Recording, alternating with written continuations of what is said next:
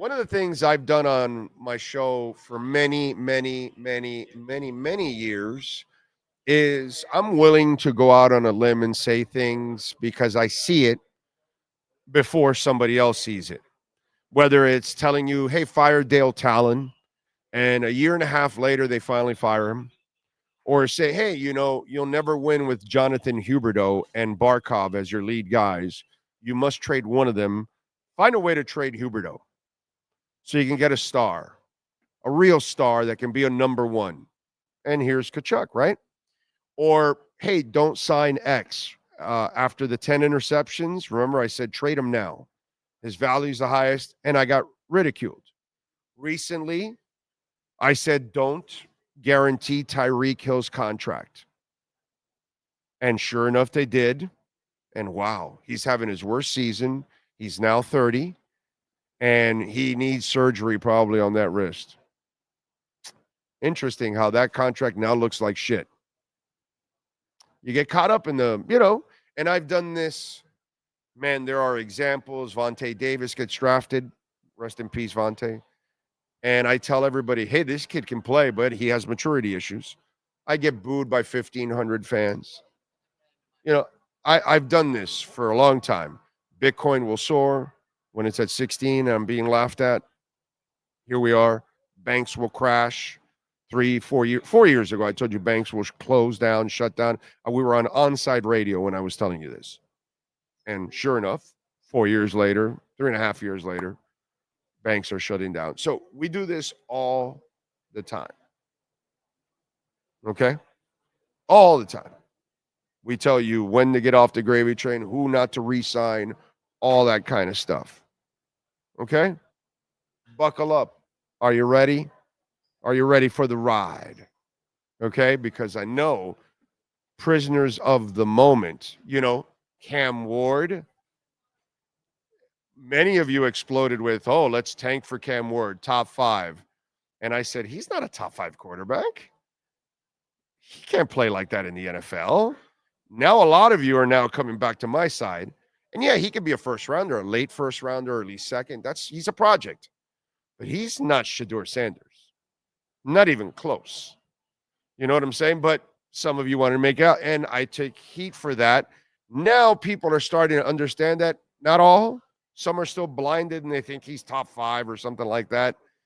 Whatever. He's a great college quarterback. There's no doubt about that. But his style does not translate to the NFL.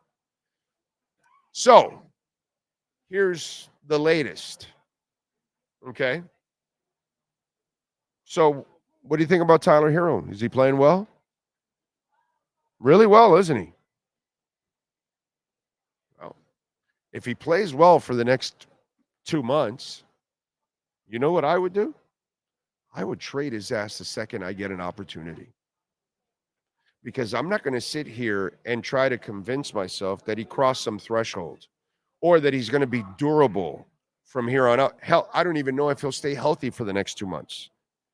But I'll tell you this, you would never get any offers for Tyler Herro. But if he plays the way he's playing now, he played lights out last night. That was awesome. It's fun to watch. Okay? How even the assisting that he's doing and setting others up, that was awesome.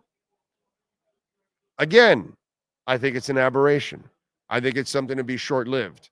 But if he can somehow maintain this for 2 months, he might actually trigger some interest in the NBA, and maybe you can get some picks. Because if there's something I would like to do if I'm the Heat, is I would like to try to acquire picks and cap space.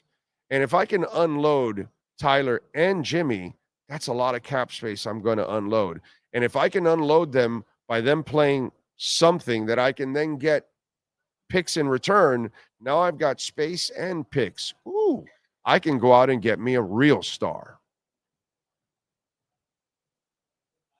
Instead of building on a very weak foundation that you have now that really isn't a championship foundation, I think you need to have foresight here. And if somehow or another, I don't know if Tyler can do this for 2 months. I don't know if his fragile body can hold up. But if it can hold up for the next month or two, and somehow or another he's kicking some ass, and teams somehow want to trade real value for him in return because they think he's an offensive piece they're missing. Make the move, Miami Heat. Don't get caught up in the moment of him playing well and thinking that this is permanency.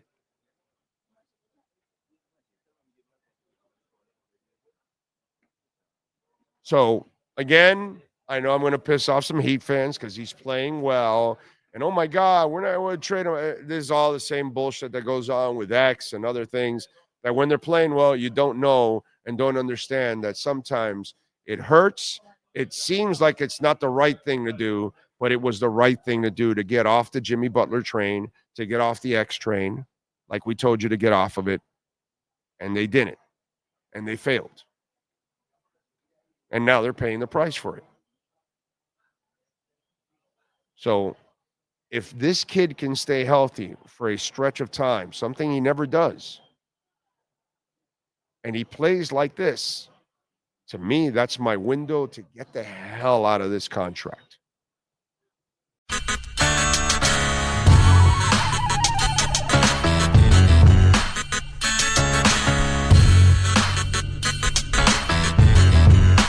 This is the Big O Show.